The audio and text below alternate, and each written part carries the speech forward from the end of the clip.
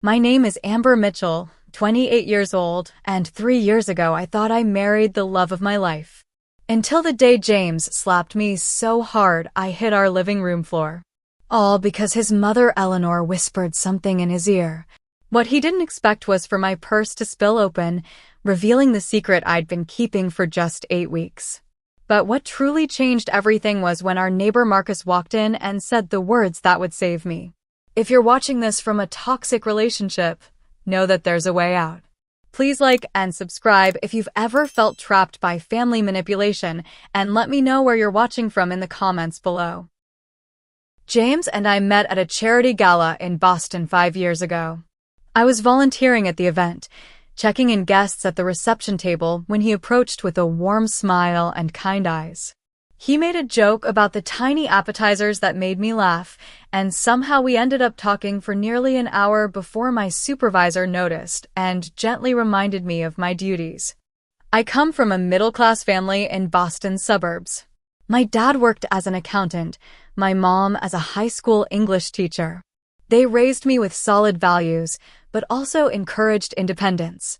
I went to a state college on partial scholarship, worked part-time jobs to cover expenses, and graduated with a degree in marketing. When I met James, I was working for a small advertising agency, building my career one project at a time. James, on the other hand, came from a more privileged background. His father was a successful corporate attorney who passed away when James was in law school.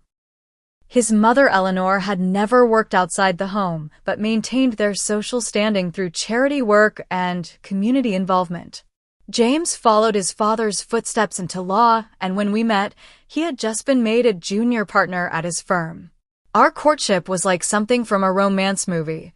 Weekend trips to charming bed and breakfasts in the countryside, surprise picnics in the park, handwritten notes left on my windshield.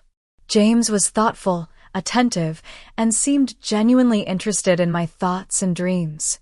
When he proposed after 18 months of dating, I didn't hesitate to say yes.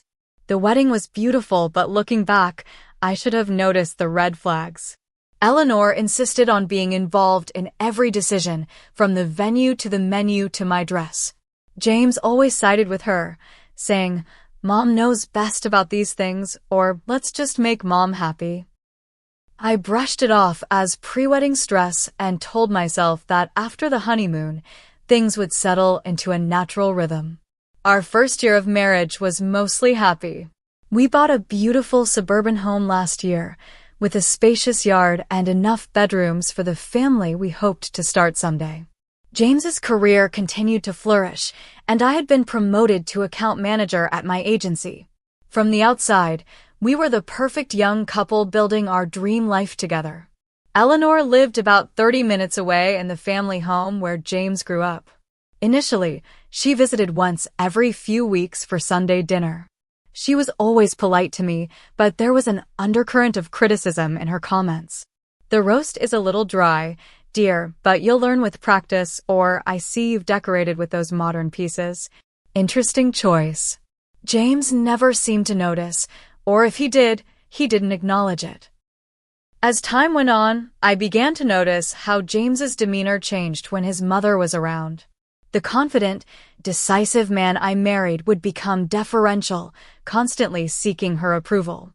He'd change plans we'd made if Eleanor suggested an alternative, consult her before making household purchases, and quote her opinions as if they were irrefutable facts. Despite this growing concern, I was ready to start a family. James and I had discussed having children before we married, and both agreed we wanted to become parents while we were still young. Eleanor, however, had other ideas. Whenever the subject came up in her presence, she would say things like, "James needs to focus on becoming a senior partner before taking on the responsibility of children," or "modern couples are waiting until their mid-30s now, you know." After one such comment at a family gathering, I pulled James aside and asked why he didn't correct his mother about our plans. He seemed genuinely confused. "Mom just wants what's best for us," he said. "Maybe she has a point about waiting."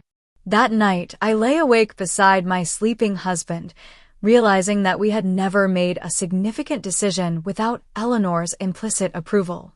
Still, I loved James and believed in our marriage. So I suggested we compromise, stop using contraception, and see what happened naturally.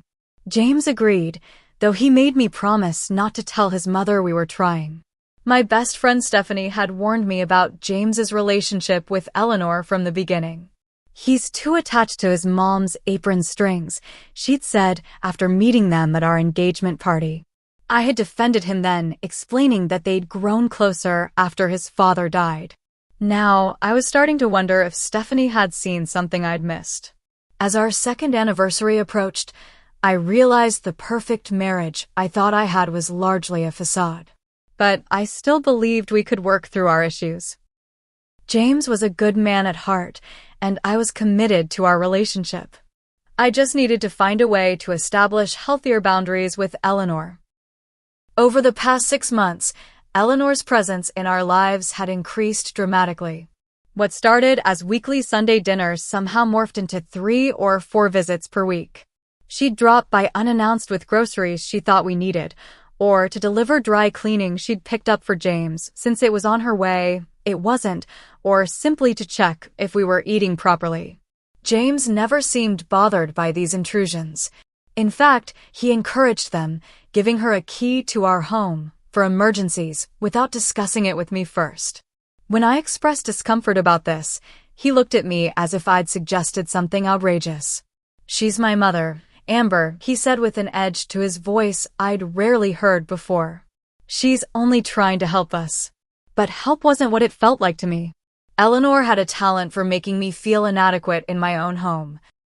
She'd run her finger along a shelf and examine it for dust, rearrange the dishes I'd just put away because they fit better another way, or open our refrigerator and make disapproving noises at its contents. One Tuesday afternoon, I came home from work to find Eleanor in our kitchen, completely reorganizing our pantry. "Oh, Amber, you're home early," she said without looking up from her task. "I hope you don't mind. I couldn't find the sugar when I came to borrow some, so I thought I'd help you get things in order." I stood in the doorway, watching this woman dismantle the organization system I'd spent a weekend creating, feeling like a stranger in my own home. "Actually, Eleanor, I had a specific system. Everything was organized by frequency of use." She laughed lightly, as if I'd told a mildly amusing joke. "Dear, this is how I taught James a proper pantry should be arranged. Alphabetical is so much more sensible." Rather than argue, I retreated to our bedroom and called Stephanie. "She's marking her territory," Stephanie said bluntly. "Like a dog peeing on a fire hydrant." "That's a lovely image," I replied, though I couldn't deny the accuracy of her assessment. "Have you talked to James about how this makes you feel?" I had tried, multiple times. But James had a way of turning conversations about his mother into accusations about my sensitivity. "You know Mom doesn't mean anything by it," was his standard response. Or, "She's just trying to be helpful." And my personal favorite, "You're overreacting." The situation came to a head at a dinner party we hosted for James's colleagues from the law firm. I had spent days planning the menu, cleaning the house, and making sure everything would be perfect. Eleanor arrived 3 hours early, ostensibly to help, but proceeded to critique everything from my choice of wine to the placement of the napkins. By the time guests arrived, my confidence was shattered, but I put on a brave face. The evening seemed to be going well until Eleanor raised her glass during dinner and said, "I think we should acknowledge all the work James put into tonight. He even found time to select these lovely centerpieces, despite his busy schedule." I had chosen and arranged the centerpieces myself, a detail James knew perfectly well. I waited for him to correct his mother, to acknowledge my efforts, but he simply smiled and accepted the compliment. Later, when everyone had gone and I confronted him about it, James dismissed my feelings. "It's not a big deal, Amber. Mom was just trying to make me look good in front of my boss." At my expense, I pointed out. "Why does everything have to be a competition with you?" he snapped. "You're too sensitive. Mom goes out of her way to include you, and you're always looking for insults where there aren't any." I felt like I was losing my mind. Was I really being oversensitive? Was I imagining the subtle digs, the territorial behavior, the way Eleanor seemed to be systematically undermining my position in my own marriage? Around this time, I met our neighbor Marcus properly for the first time. He had moved in next door about 2 months earlier, a friendly, middle-aged high school teacher who lived alone with his golden retriever. We had exchanged waves and brief greetings, but never had a real conversation until the day he found me sitting on my front step, trying not to cry after another frustrating interaction with Eleanor. "Rough day?" he asked, walking his dog past my house. Something about his kind, concerned expression broke through my facade. "Just in-law issues," I admitted. He nodded sympathetically. "I've been there. My ex-wife's mother lived with us for 5 years. How did you survive?" I asked, only half joking. "Not well, obviously, since she's my ex-wife now," he said with a wry smile. But I learned a lot about family dynamics in the process. Over the next few weeks, Marcus became a friendly ear. Nothing inappropriate, just neighborly support. He would sometimes bring over extra tomatoes from his garden or offer to collect our mail when we were both working late. Once, he helped me jumpstart my car when the battery died. Small kindnesses that reminded me what normal, healthy interaction felt like. It was during this time that I missed my period. At first, I didn't think much of it.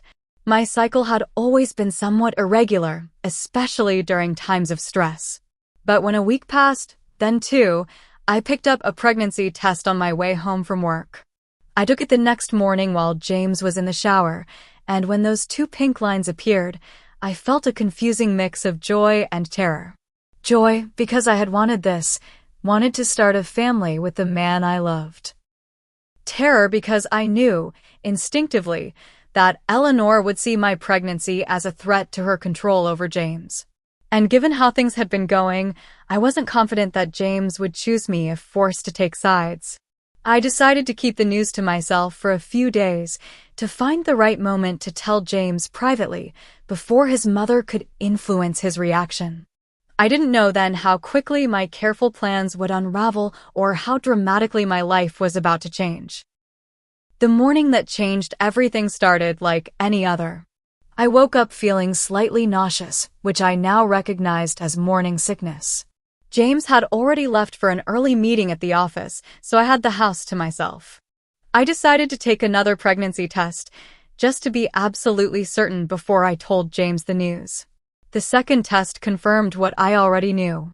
I was pregnant, likely about 8 weeks along based on my calculations. I carefully wrapped the test in tissue and tucked it into my purse, planning to show it to James that evening during a private dinner. I had even bought a bottle of sparkling cider to celebrate with, since I couldn't drink champagne. I was in the middle of planning how to tell him when my phone rang. It was James. "Hey, I forgot to tell you, Mom's coming over for the weekend," he said without preamble. My heart sank. "The whole weekend? Starting when?" "She'll be there around noon today." I told her I'd be working late, but you'll be home, right? I closed my eyes, trying to keep the disappointment from my voice. "Yes, I'm working from home today." "Great. Can you make up the guest room for her? And maybe prepare something nice for lunch? You know how she likes your grilled chicken salad." The irony was that Eleanor had once criticized my grilled chicken salad as pedestrian, but James had either forgotten or chosen to remember differently. "Sure," I said, already mentally rearranging my plans. The private dinner would have to wait. There was no way I could tell James about the baby with Eleanor in the house. She would find a way to make the moment about her, or worse, dampen his enthusiasm. I spent the morning cleaning the already clean house, changing the sheets in the guest room, and preparing an elaborate lunch that I hoped would meet with Eleanor's approval. By the time she arrived, precisely at noon, I was exhausted and nauseated, but had managed to set a beautiful table on our patio. "Amber, dear," Eleanor said as she air-kissed my cheeks. "You look tired. Are you getting enough sleep?" And so it began. I helped her bring in her overnight bag, which was large enough for a week-long stay, and showed her to the guest room she had stayed in countless times before. I'm thinking of redecorating this room, I mentioned casually as she unpacked. Maybe a new color scheme, some different furniture. Eleanor paused, a folded sweater in her hands. Why would you do that? This room is perfectly fine as it is. James has always loved this shade of blue. I bit back the retort that this was my home, not James's childhood bedroom. Just thinking it might be nice for a change, I said instead. She gave me a strange look. Change for the sake of change is rarely beneficial, dear. We made our way to the patio for lunch, where Eleanor proceeded to pick at her food while making observations about the garden that could use more attention and asking pointed questions about James's work schedule. He's been putting in so many hours lately, she said. I do hope you're being supportive. This partnership track is crucial for his future. Our future, I corrected gently. And yes, I'm very supportive of James. Eleanor smiled in a way that didn't reach her eyes. Of course, dear. Though I sometimes wonder if you truly understand the demands of his profession. My late husband often said that his success was largely due to my unfailing support at home. The implication was clear. I wasn't measuring up to Eleanor's standard of wifely devotion. As lunch progressed, the combination of morning sickness, stress, and Eleanor's subtle digs became overwhelming. I excused myself to use the bathroom, where I splashed cold water on my face and took several deep breaths. Looking at my reflection in the mirror, I hardly recognized the woman staring back at me. When had I become so timid, so afraid of displeasing others that I'd lost my own voice? This wasn't the Amber who had worked her way through college, who had earned promotions based on her creativity and determination. This was someone else, someone diminished. When I returned to the patio, I found Eleanor had moved to the living room and was on the phone. From her hushed tone and the way she abruptly ended the call when she saw me, I suspected she was talking to James. Is everything okay? I asked. Perfectly fine, she said with a bright, false smile. Just checking in with James about dinner plans. I began clearing the lunch dishes, aware of Eleanor watching me with an assessing gaze. When I returned from the kitchen, she was rearranging the throw pillows on my couch. I was thinking, she said without looking up, that the guest room would make a lovely home office for James. He mentioned wanting a space to work from home occasionally, and that room gets such nice light in the mornings. My heart rate accelerated. The guest room was the room I'd been mentally converting into a nursery. It was the perfect size and location, far enough from the master bedroom for privacy, but close enough to hear a baby monitor.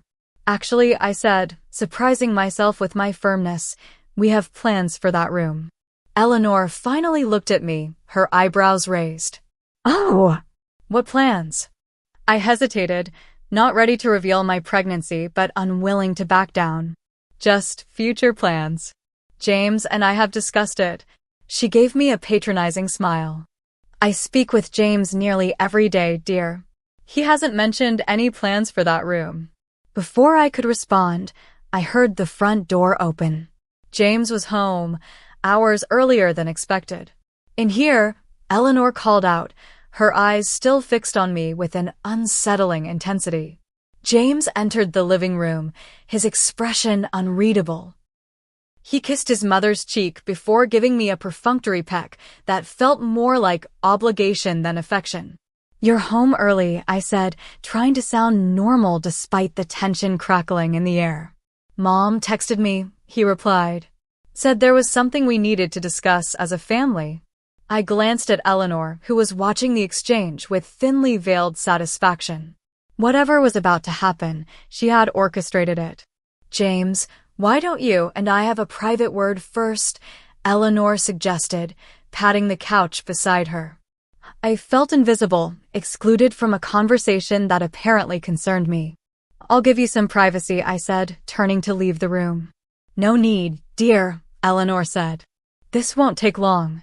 I stood awkwardly in the doorway as Eleanor leaned close to James and began whispering in his ear. I couldn't hear what she was saying, but I could see James's expression darkening with each word. His eyes flicked to me, then back to his mother, then to me again, filled with something I'd never seen directed at me before: suspicion, anger, and betrayal. Eleanor's whispering continued for what felt like an eternity, but was probably less than a minute. James's face transformed before my eyes, flushing red as his jaw clenched and unclenched. When Eleanor finally pulled away, she kept one hand on his arm, as if to steady him, her eyes never leaving his face. "Is it true?" James asked, his voice so low I barely heard him. I shifted uncomfortably, completely lost. "Is what true?" He stood abruptly, causing Eleanor to flinch in manufactured concern. "Don't play dumb, Amber. You've been lying to me all this time." My mind raced, trying to understand what could possibly have prompted this reaction. The only secret I was keeping was my pregnancy, and there was no way Eleanor could know about that. "James, I honestly don't know what you're talking about," I said, taking a cautious step toward him. "The neighbor," he spat out. "Marcus. Mom saw you with him when I was at work. Multiple times." I blinked, momentarily speechless. "Marcus? Our next-door neighbor? What about him?" James advanced toward me, his hands balled into fists at his sides. "She saw you invite him into our house when I wasn't home. She saw how you two looked at each other. How long has it been going on, Amber? How long have you been making a fool of me?" The absurdity of the accusation might have made me laugh if James didn't look so frighteningly serious. Eleanor sat on the couch, her expression a masterclass in concerned sympathy, but I caught the gleam of satisfaction in her eyes. "James, that's ridiculous," I said, trying to keep my voice calm and reasonable. "Marcus is our neighbor. Yes, he's been in our house, when he helped me jumpstart my car and when he brought over some extra tomatoes from his garden. You knew about both those times because I told you. What about yesterday?" James demanded. "Mom saw you sitting on the porch steps with him for over an hour." I tried to remember yesterday. Marcus had walked by with his dog while I was getting the mail. We'd exchanged maybe 2 minutes of pleasantries about the weather before he continued on his way. "That didn't happen," I said firmly. "Marcus walked by while I was checking the mail. We spoke for maybe 2 minutes. Are you calling my mother a liar?" James's voice rose dangerously. Eleanor placed a hand on her chest, the picture of wounded innocence. "I know what I saw, dear. Perhaps Amber's memory is selective." The insinuation hung in the air between us. I looked from Eleanor's smug face to James's angry one, realizing with a sickening clarity that this had been her plan all along. She had been sowing seeds of doubt, waiting for the right moment to suggest I was unfaithful. And James, who had been conditioned his entire life to trust his mother's word above all others, was primed to believe her. "This is insane," I said, desperation creeping into my voice. "I have never been unfaithful to you, James. Never. Marcus is just a neighbor, nothing more. Your mother is manipulating you. Can't you see that?" James's face contorted with rage. "How dare you accuse my mother of lying?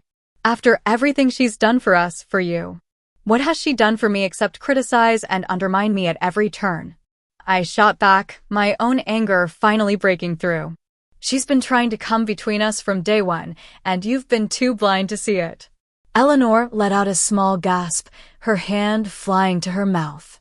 "James, I never thought she harbored such resentment toward me. I've only ever tried to help. By spreading lies about me?" I challenged, turning to face her directly. "What possible reason would I have to cheat on James? I love him. We're trying to start a family together." The moment the words left my mouth, I knew I'd made a tactical error.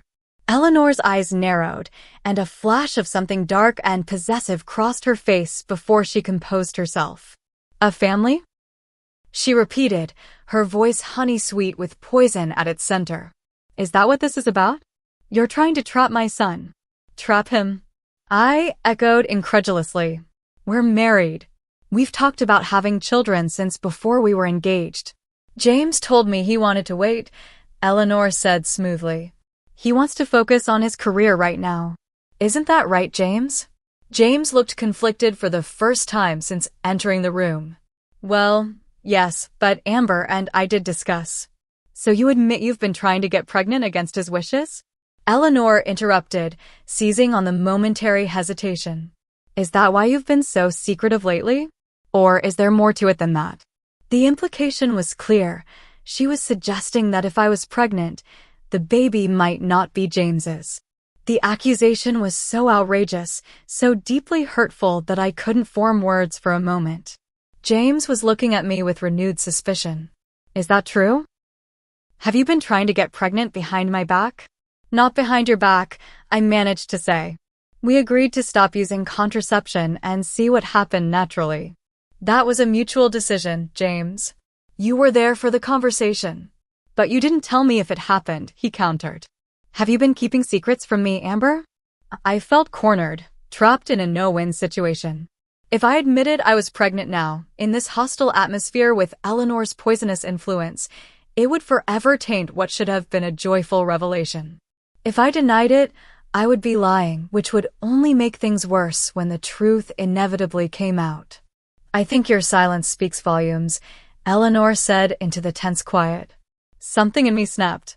Years of swallowing my feelings, of making excuses for James's blind spot where his mother was concerned, of trying to earn the approval of a woman who had decided to hate me from the start, all came rushing to the surface. You know what, Eleanor? I'm done. I'm done trying to please you. I'm done pretending we have a relationship. I'm done watching you manipulate my husband and poison our marriage. This is between James and me, and you need to back off. Eleanor recoiled as if I'd slapped her, eyes wide with manufactured shock. James, are you going to let her speak to me this way? James's face was a storm of conflicting emotions. For one hopeful moment, I thought he might finally see through his mother's manipulations. Then his expression hardened, and he turned to me with cold fury in his eyes. Apologize to my mother, he demanded. No, I said quietly. I won't apologize for telling the truth. Everything happened so quickly after that. James moved toward me, his face contorted with a rage I'd never seen before. Eleanor's whispered poison had done its work too well.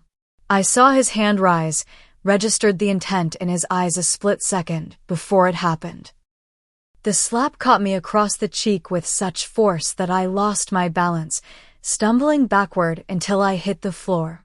My purse, which had been hanging on my shoulder, flew off and hit the hardwood with a thud, its contents spilling across the polished surface. The shock of what had just happened froze all three of us in place. James stood over me, his raised hand still suspended in air, horror dawning on his face as the reality of what he'd done began to sink in. Eleanor remained on the couch, her initial satisfaction giving way to panic as she realized things had gone further than she intended. And there, rolling across the floor between us like a silent accusation, was the pregnancy test with its two unmistakable pink lines. James's eyes followed the small plastic stick as it came to rest near his feet. He bent down slowly, picking it up with trembling fingers. Recognition, shock, and shame washed over his face in rapid succession. Amber, he whispered, all anger gone from his voice. You're pregnant. Before I could answer, the doorbell rang, the cheerful chime surreally at odds with the scene in our living room. None of us moved to answer it. The bell rang again, followed by a knock. Amber? James? It's Marcus. You guys okay in there? I thought I heard a commotion. Eleanor sprang into action, smoothing her skirt and moving toward the door. I'll handle this. But she was too late. The door opened, and Marcus stepped into the entryway. He'd been over enough times to feel comfortable letting himself in when invited, and James had mentioned earlier in the week that he wanted to borrow Marcus's pressure washer for the weekend. Marcus took in the scene before him, me on the floor with a reddening cheek, James standing over me with the pregnancy test in his hand, Eleanor frozen halfway to the door. His eyes narrowed as understanding dawned. I saw everything through the window, he said, his voice calm but firm. I've already called the police. The room fell into stunned silence at Marcus's words. James paled visibly, the pregnancy test still clutched in his hand as the full implications of what had just happened and what was about to happen sank in. Eleanor was the first to recover, her instinct for self-preservation kicking in as she rushed to damage control. "There's been a misunderstanding," she said, her voice honey-sweet as she approached Marcus. "We were having a family discussion that got a little heated, that's all. There's absolutely no need for police involvement." Marcus didn't even glance at Eleanor. Instead, he moved past her and came directly to me, crouching down to my level. "Are you okay, Amber?" he asked quietly, his eyes filled with genuine concern. I touched my cheek, which was still stinging from the slap. The shock was wearing off, replaced by a kaleidoscope of emotions: fear, humiliation, anger, and a strange sort of relief that the facade had finally cracked. "I think so," I managed to say. Marcus offered his hand and helped me to my feet. Only then did he turn to face James. "You don't hit women," he said simply. "Not ever. Not your wife. Not anyone." James seemed to shrink under Marcus's steady gaze. "I didn't mean to," he said weakly. "I've never done anything like that before. I don't know what came over me." "I do," Marcus replied, his voice level but hard as steel. "You let someone else get in your head and override your own judgment. You chose to believe the worst about your wife without even giving her a chance to explain. And then you chose to use your physical advantage to intimidate and harm her. Those were all choices, James." Eleanor had been watching this exchange with growing alarm. Now she inserted herself between the two men, her face a mask of maternal concern. "James is under tremendous pressure at work," she said. "And then to come home and find out his wife has been keeping secrets, well, anyone would react badly." Marcus looked at Eleanor with something like pity.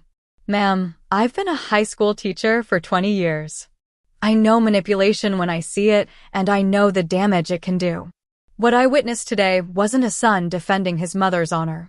It was a grown man being puppeteered into abusing his wife." "How dare you?" Eleanor gasped, clutching her pearls in a performance of outrage. "I would never encourage my son to be violent." "Not explicitly," Marcus agreed. "But you've been laying the groundwork for months. I've seen it. The constant visits, the criticism thinly veiled as helpful suggestions, the way you undermine Amber at every opportunity. You created the conditions for this to happen." I stood there, watching the stranger defend me more effectively than my own husband ever had, and felt a surge of gratitude mixed with profound sadness. How had it come to this, that a neighbor of less than 3 months could see what James had been blind to for years? James had been silent during this exchange, staring at the pregnancy test in his hand as if it might contain answers to questions he hadn't even formulated yet. Now he looked up, his face a study in conflicted emotions. "Amber, I'm so sorry," he said, taking a step toward me. "I don't know what happened. I would never intentionally hurt you. You know that, right?" The desperation in his voice might have moved me on any other day. But standing there with my cheek still stinging, the contents of my purse scattered across the floor like the pieces of my broken marriage, I couldn't find the familiar impulse to smooth things over, to make excuses for him. "Don't," I said quietly, taking a step back.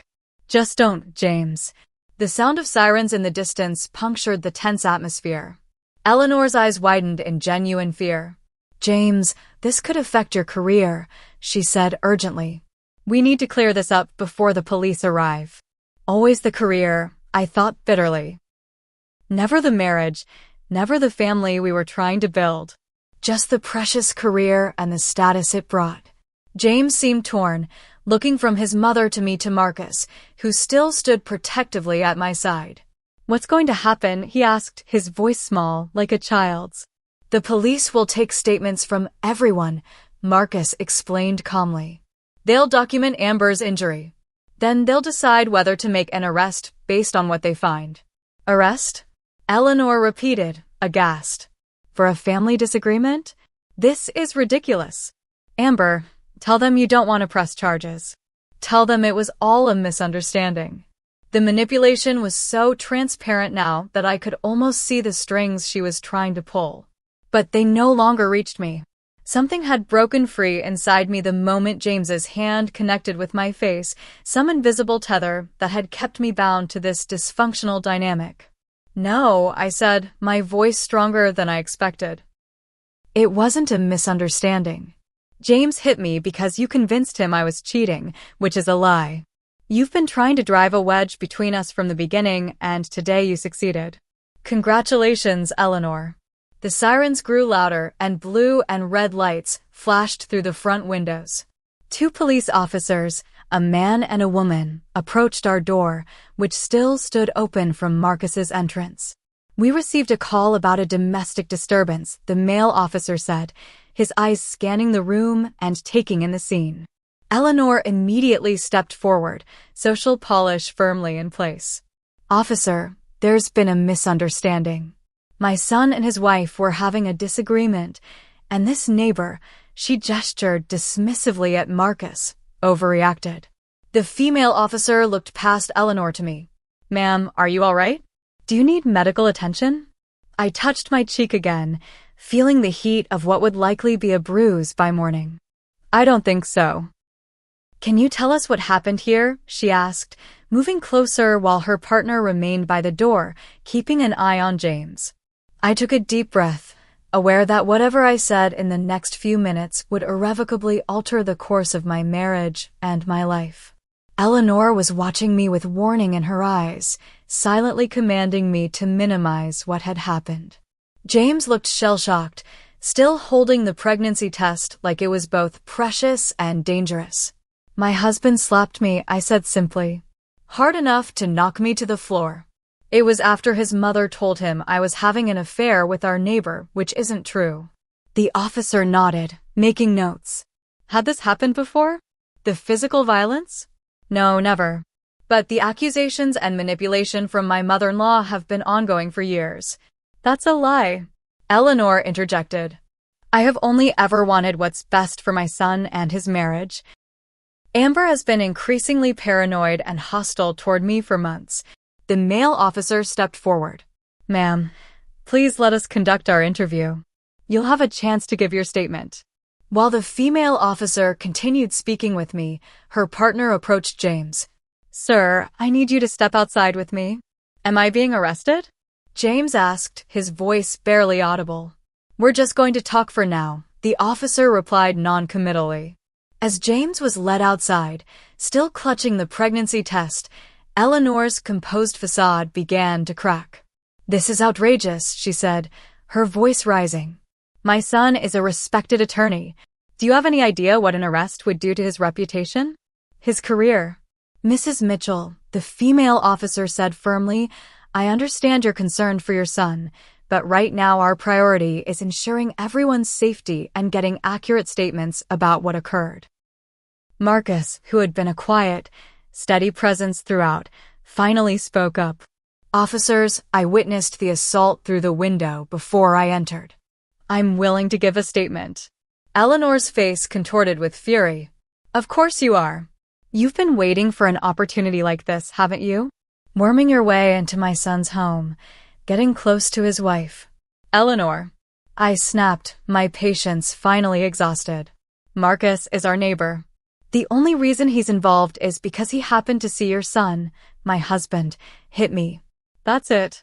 There is no affair, no conspiracy, no hidden agenda. Just a decent man who didn't stand by while a woman was being abused." The word abused hung in the air between us. Until that moment, I hadn't labeled what happened as abuse, hadn't allowed myself to see that no matter what the provocation, what James had done crossed a line that could never be uncrossed. The police took detailed statements from all of us. I showed them the redness on my cheek, which the female officer photographed as evidence. Marcus described what he had witnessed through our living room window. Eleanor maintained that everything had been blown out of proportion, that James had barely touched me in a moment of understandable upset after learning about my deception. When they asked about the pregnancy test, which James had finally relinquished to the officers, I confirmed that I was approximately 8 weeks pregnant and had only discovered it myself a few days ago. I had been waiting for the right moment to tell James, away from his mother's influence. After nearly an hour of questioning and documentation, the officers made their decision. James was placed under arrest for domestic assault. As they led him to the police car, handcuffed and hollow-eyed, the reality of the situation seemed to finally hit Eleanor. "This is your fault," she hissed at me, all pretense of civility gone. "If you had just been the wife he needed, none of this would have happened." "No, Eleanor," I said tiredly. "This is what happens when you spend years manipulating your son into believing his wife is the enemy. This is what happens when you refuse to cut the apron strings and let him be a husband first and a son second. You didn't slap me, but your hands might as well have been guiding his." The police car drove away with James in the back seat, and Eleanor stormed out shortly after, promising to call her attorney friend immediately. Marcus offered to stay until I felt safe, but I assured him I would be okay on my own. I needed space to process everything that had happened. As I closed the door behind him, I looked around at the home James and I had built together. Just that morning, it had represented our future, the place where we would raise our child. Now it felt like the scene of a crime, a beautiful facade hiding years of slow-growing dysfunction. I placed a hand on my still flat stomach, thinking of the tiny life growing inside me, blissfully unaware of the chaos surrounding its existence. Whatever happened next, whatever decisions I made about my marriage and my future, I knew one thing for certain. I would not allow my child to grow up in a home where manipulation and control were normalized, where violence was excused, where one person's needs and feelings always took precedence over another's. For the first time in years, I felt completely clear about who I was and what I deserved. It was a painful clarity, born of trauma and disillusionment, but it was clarity nonetheless. The days following James's arrest passed in a blur of practical decisions and emotional upheaval. I spent the first night alone in our house, jumping at every creak and shadow before calling Stephanie the next morning. She arrived within an hour, suitcase in hand, insisting on staying with me until things stabilized. "I'm not saying I told you so," she said as she made us both tea in my kitchen, "but I've been worried about this situation for years." "You can say it," I replied, attempting a smile that didn't quite reach my eyes. "You saw what I couldn't. Or wouldn't." James was released on bail the following day with conditions that included no contact with me except through attorneys. Eleanor immediately took him to her house, from where a campaign of calls, texts, and emails began, all aimed at persuading me to drop the charges. "James is devastated," read one of Eleanor's texts. "This one mistake shouldn't ruin his entire life. Think of your baby." I was thinking of my baby. That was precisely why I couldn't simply sweep what happened under the rug and pretend everything was normal. 3 days after the incident, James's attorney reached out to arrange for him to collect some personal belongings from the house. I agreed, but requested that a neutral third party be present. To my surprise, the attorney suggested Marcus, since he was already familiar with the situation and lived nearby. "Are you comfortable with that?" Stephanie asked when I told her. "More comfortable than with anyone from James's firm or Eleanor's social circle," I admitted. So, it was that a week after the slap that changed everything. James entered our home under Marcus's watchful eye to pack a suitcase of clothes and toiletries. He looked awful, with dark circles under his eyes and a defeated slump to his shoulders that would have triggered my caretaking instincts just days earlier. Now, I observed him with a strange detachment, as if watching a scene from someone else's life. "Can we talk?" he asked quietly when he'd finished packing. "Just for a minute." I glanced at Marcus, who nodded. "I'll wait on the porch," he said. "Just call if you need me." When we were alone, James sat heavily on the edge of our bed, the suitcase at his feet. "I am so sorry, Amber," he said, his voice breaking. "I've replayed that moment 1,000 times in my head, and I still can't believe I did that to you. To anyone, but especially to you. I stood by the dresser, maintaining a safe distance. I couldn't believe it either, I said. But it happened, James. You hit me hard enough to knock me down. While I was carrying your child. He flinched at my words. I didn't know about the baby. Would it have made a difference? I asked. If my purse hadn't spilled open, if you hadn't seen the test, would you have stopped at one slap? Or would Eleanor's poison have convinced you I deserved more? James looked up, his eyes red-rimmed. It wasn't like that. Mom just told me she'd seen you with Marcus multiple times when I wasn't home. She said you seemed secretive, that you changed the subject whenever she mentioned him. She thought I should know that something might be going on. And you believed her, I said flatly. Without question. Without giving me the benefit of the doubt. Without remembering that in 3 years of marriage, I've never given you any reason to doubt my faithfulness. I know, he whispered. I don't have any excuse. But you have to believe me, Amber, I've never been violent before. I was raised better than that. I let out a humorless laugh. Were you? Your mother raised you to see women as either Madonna or whore. She raised you to believe that her word is gospel and everyone else's is suspect. She raised you to think that your career matters more than your marriage. So no, James, I don't think you were raised better than that. I think you were raised exactly to become the man who would slap his wife for defying his mother. My words hit him like physical blows, each one causing him to shrink further into himself. In that moment, I felt a strange mix of vindication and sadness. This broken man sitting on our bed was still the person I had loved for years, still the father of my unborn child. But he was also someone who had crossed a line I had never imagined he would cross. The police found my phone, he said after a long silence. The one Mom said she saw you texting Marcus from. She'd been going through it without my knowledge. I wasn't surprised, but the confirmation of Eleanor's invasion of privacy still stung. What did she find? Text messages between you and Marcus about a surprise birthday party for me, James admitted, the shame evident in his voice. That's what you were being secretive about. You were planning a party for my 30th birthday. The irony was almost too much. The surprise party had been my idea, but I'd needed help with some of the logistics since many of the guests would be James's colleagues whom I didn't know well. Marcus had offered to help with setting up in our backyard on the day of the party, and we'd exchanged a few entirely innocent texts about it. She knew, I said, realization dawning.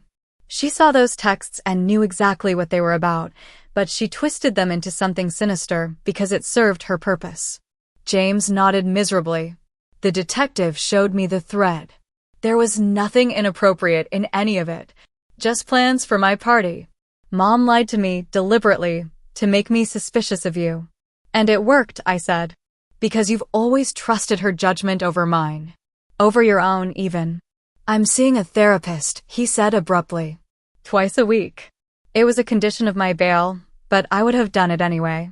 I need to understand why I let things get to this point, why I never stood up to her. I nodded, acknowledging the step, but not ready to applaud it. That's good. It's necessary. I want to make this right, Amber, he said, desperation creeping into his voice. I want to be a father to our baby. I want to be the husband you deserve. Part of me, a part one wasn't proud of, wanted to comfort him, to say we could work through this together. But the stronger, wiser part knew that some bridges, once burned, can't be rebuilt the same way. I'm 8 weeks pregnant, I said instead of directly responding to his plea. I confirmed it with my doctor yesterday. Everything looks healthy so far. James's eyes filled with tears. That's wonderful news. Will you keep me updated? About appointments and things. Yes, I said. Whatever happens between us, this baby has 2 parents. I won't keep you from being involved. It was the most I could offer him at that point. Not forgiveness, not reconciliation, but the acknowledgement of his paternal rights and responsibilities. After James left, Marcus came back inside to check on me. You okay? He asked simply. Not really, I admitted. But I will be. The following weeks brought more revelations. James's family, initially rallying around Eleanor's version of events, began to fracture as the truth emerged. His Aunt Meredith, Eleanor's sister, called me out of the blue. "I wish I could say I'm surprised," she said after introducing herself. "But Eleanor has always been possessive of James, ever since he was a baby. After his father died, it got worse. I tried to warn him years ago, but he didn't want to hear it." From Meredith, I learned that Eleanor had driven away James's previous serious girlfriend in college using similar tactics: insinuations, subtle criticisms, and outright lies when necessary. That relationship had ended before it reached the point of marriage, so Eleanor's victory had been simpler and cleaner. "She thought she'd won with you too, after the wedding," Meredith explained. "She told everyone in the family that you were her choice for James, that she had guided him to pick a suitable wife. When it became clear that you had your own mind and wouldn't be controlled, she started looking for ways to discredit you." The conversation with Meredith helped me understand that what had happened wasn't just about me or even about James. It was about Eleanor's pathological need to be the most important woman in her son's life, a need that would ultimately destroy any relationship he tried to build. James continued his therapy, and after a month of separation, asked if I would join him for a session. I agreed, more out of concern for our child's future than hope for our marriage. The therapist, Dr. Levine, was a no-nonsense woman in her 50s who had clearly heard every excuse in the book for domestic violence and wasn't interested in any of them. "James has been doing some difficult work here," she told me during that first joint session. "He's beginning to recognize the patterns of emotional manipulation that have shaped his relationships, particularly with his mother and with you." James nodded, his hands clasped tightly in his lap. "I've been so blind," he said. "Looking back, I can see dozens of times when Mom undermined you, criticized you, or tried to come between us. And I let her do it. Worse, I defended her." "Why?" I asked, the question that had been haunting me for weeks. "Why couldn't you see what she was doing?" He considered this carefully before answering. "After my dad died, Mom and I became a unit. It was us against the world. She sacrificed everything for me, or at least that's what she told me, over and over. My successes were her successes. My happiness was her happiness. When I met you, you fit into her vision for my life, at first. Pretty, educated, from a good family. But once we were married, it became clear that you expected to be my priority, not her. And that threatened the dynamic we'd had for 15 years. It wasn't a complete answer, but it was honest, and it helped me understand how we had ended up where we were. The session ended with no promises or resolutions, just a better understanding of the broken foundation our marriage had been built upon. As my pregnancy progressed into the second trimester, James and I established a cautious co-parenting relationship.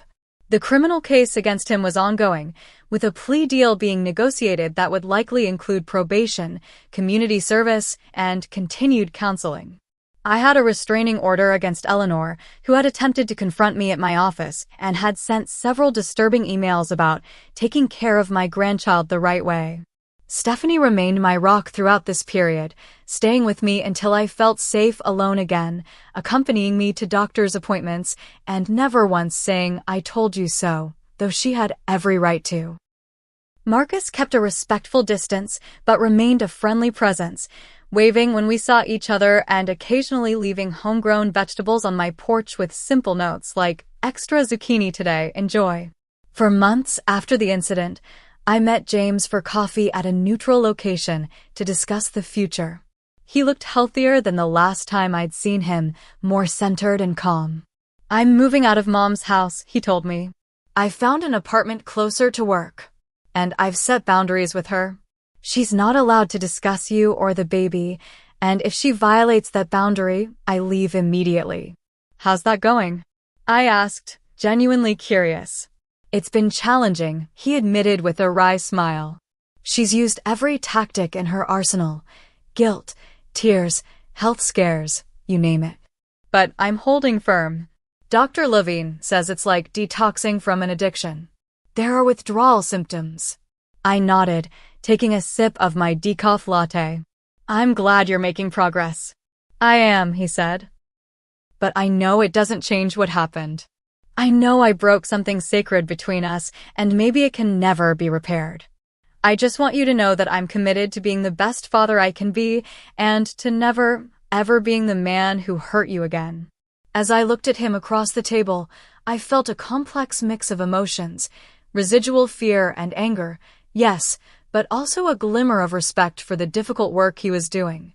I didn't know if I could ever trust him as a husband again, but perhaps, in time, I could trust him as a co-parent and as a man committed to change. One day at a time, I said, echoing a phrase Dr. Levine often used in our joint sessions. That's all any of us can do. James nodded, understanding the message behind my words. I wasn't ready to make any definitive decisions about our marriage, but I wasn't closing the door entirely either. For now, that would have to be enough for both of us. 6 months after the day that changed everything, I stood in the nursery of my new apartment, putting the finishing touches on the pale yellow walls.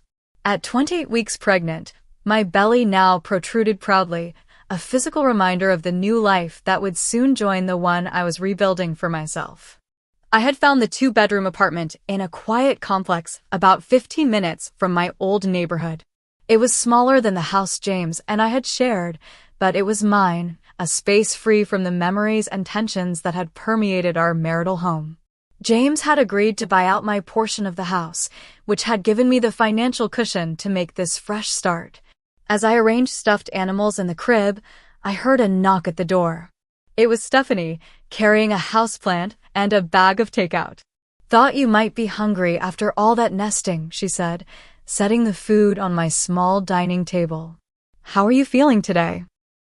I smiled, genuinely happy to see my friend who had been such a constant support. Good days and bad days, you know? But today is definitely on the good end of the spectrum. We settled in to eat, and Stephanie updated me on her own life, the promotion she'd received at work, the new guy she'd started dating. It felt wonderfully normal, a reminder that life continued to unfold even after traumatic ruptures. Have you heard from Eleanor? She asked cautiously, knowing it was a sensitive subject. I shook my head. Not directly. The restraining order helps. But James says she's still pushing to be involved with the baby when it arrives. And how do you feel about that? I considered the question carefully. I'm not opposed to her having a relationship with her grandchild, eventually. But there would have to be very clear boundaries, and I'm not convinced she's capable of respecting them. James and I had been working with a family therapist to establish a co-parenting framework that would prioritize our child's well-being. He continued his individual therapy as well, delving deeper into the patterns that had allowed his mother's manipulation to flourish. The criminal case had concluded with James accepting a plea deal, 1-year probation, mandatory counseling, and community service teaching legal workshops at a women's shelter. It was a fair outcome that acknowledged the seriousness of what he'd done while also recognizing his lack of prior offenses and commitment to rehabilitation. Eleanor had not fared as well in the court of family opinion. When the full story emerged, including her deliberate misrepresentation of my texts with Marcus, many of James's relatives had distanced themselves from her. His Aunt Meredith had been particularly vocal, revealing years of Eleanor's manipulative behavior that had previously gone unchallenged. She's always needed to be the center of James's world, Meredith had told me during one of our increasingly regular phone calls. When my sister realized she couldn't control you the way she controlled him, you became the enemy. It's not personal, though it feels that way. She would have done the same to any woman he truly loved. Those words had been oddly comforting, helping me understand that Eleanor's behavior wasn't a reflection of my worth as a wife or person, but rather a manifestation of her own deep-seated issues. Marcus remained a friendly presence in my life, though our interactions were casual and neighborly. He had testified at the preliminary hearing about what he witnessed that day, his clear, factual account leaving no room for Eleanor's attempts to minimize or reframe what happened. James had eventually thanked him for intervening, acknowledging that without Marcus's actions, the situation might have escalated further. As my due date approached, I found myself reflecting on the journey of the past 6 months. The woman I had been before James slapped me, the woman who had slowly diminished herself to keep peace in her marriage, felt like a stranger now. In her place was someone stronger, more self-assured, unwilling to compromise on respect and safety. I had joined a support group for women who had experienced domestic violence, initially reluctant to include myself in that category. It was just one time, I had said during my first meeting, and he's not a monster. He's getting help. The group facilitator, a survivor herself, had gently challenged me. It's not about how many times it happened or whether he's getting help now. It's about acknowledging that it did happen and that you deserve better. Those words had been a turning point in my healing process. I had spent so much energy making excuses for James, minimizing Eleanor's role in our dysfunction, blaming myself for not being strong enough to withstand the pressure. Learning to place responsibility where it belonged, not to absolve myself of all accountability, but to recognize the harmful dynamics at play, had been liberating. 2 weeks before my due date, James invited me to dinner to discuss final arrangements for the baby's arrival. We met at a quiet restaurant, and for the first time in months, the conversation flowed easily between us, focused on practical matters, but tinged with the excitement of impending parenthood. "I want you to know," James said as we were finishing dessert, "that I understand if you decide to file for divorce." I wouldn't contest it. The directness of his statement took me by surprise. We had been navigating our separation without formally addressing its permanence, focusing instead on the more immediate concerns of co-parenting. "I haven't made a decision about that yet," I replied honestly. "Right now, I'm focused on bringing this baby into the world and creating a stable environment.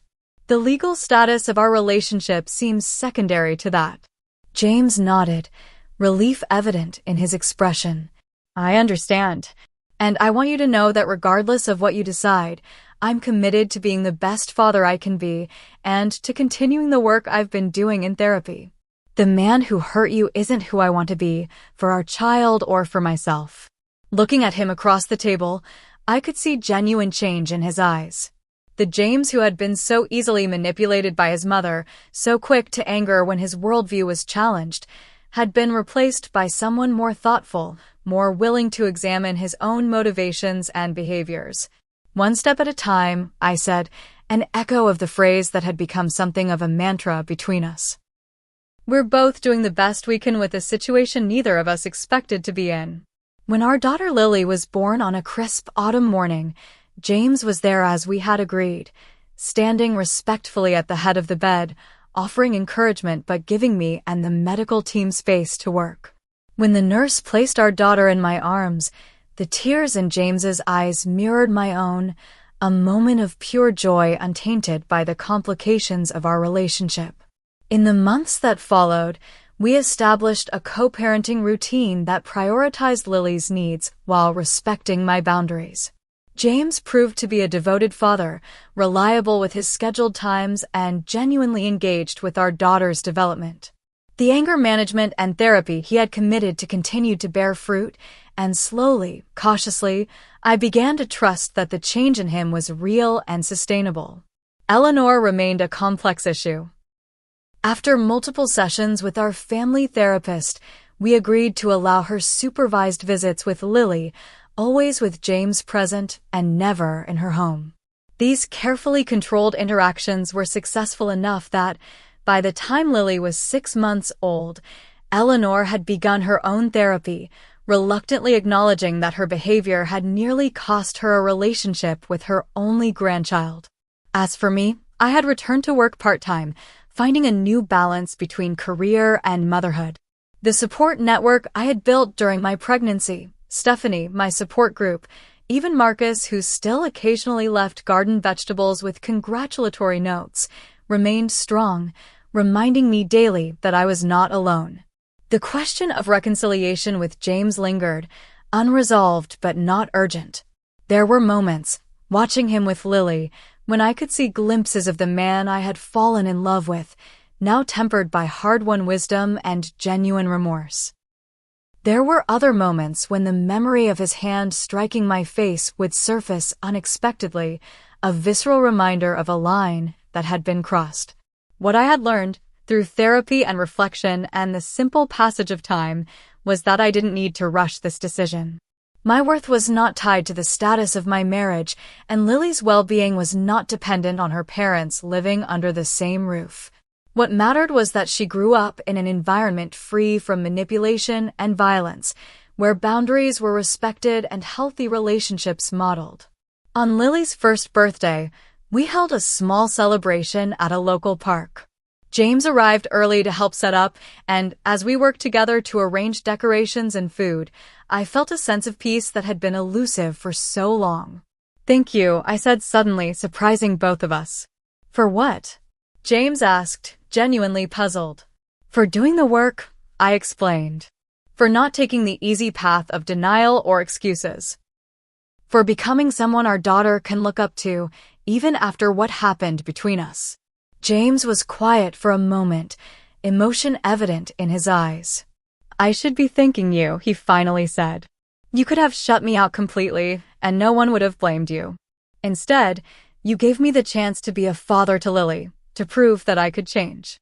Your strength and grace through all of this, it humbles me every day." As family and friends arrived for the party, I watched the gathering with a sense of wonder. My journey from that terrifying moment when James's hand struck my face to this peaceful celebration had been neither straight nor easy. There had been days of doubt and fear, nights of anger and grief. But there had also been profound growth, unexpected allies, and the discovery of a resilience I hadn't known I possessed. The most important lesson I had learned was to trust my instincts, to recognize when something felt wrong even when others insisted it was right. Eleanor's manipulations had flourished in an environment where her word was never questioned, where the appearance of family harmony was prioritized over authentic relationship. By breaking that pattern, by insisting on truth and accountability even when it was painful, I had created the possibility of genuine healing for all of us, especially Lily.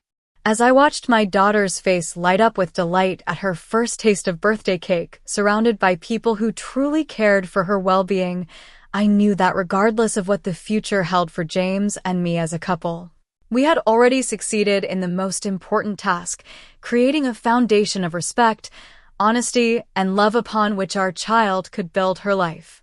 So, if you're watching this and you recognize any part of my story in your own experience, please know that you're not alone. Trust your instincts when something doesn't feel right, and don't be afraid to seek help. The path forward may not be clear at first, but with each step you take towards self-respect and safety, the way becomes a little brighter. I'd love to hear in the comments if any part of this story resonated with you, or if you have your own experience of recognizing and breaking free from manipulation. Please like and subscribe if you found value in my journey, and share this video with anyone who might need to hear that there is life, beautiful, authentic life, after betrayal. Thank you for listening, and remember, your worth is not determined by how others treat you, but by how you choose to respond.